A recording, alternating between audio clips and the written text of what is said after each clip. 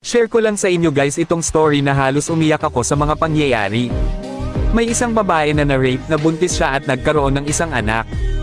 At nung lumaki na ang bata ay palagi niya itong sinasaktan. Kahit konting galaw ng bata ay sinasaktan niya agad ito.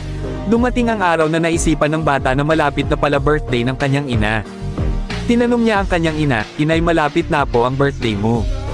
Ano po ba ang gusto niyong regalo ng kahit ganun mapasaya ko kayo?" sabi ng bata. Ang sagot ng kanyang ina, "Gusto mong malaman kung ano ang gusto kong regalo. Ang mamatay ka buwesot ka," kaya napaiyak na lang ang bata.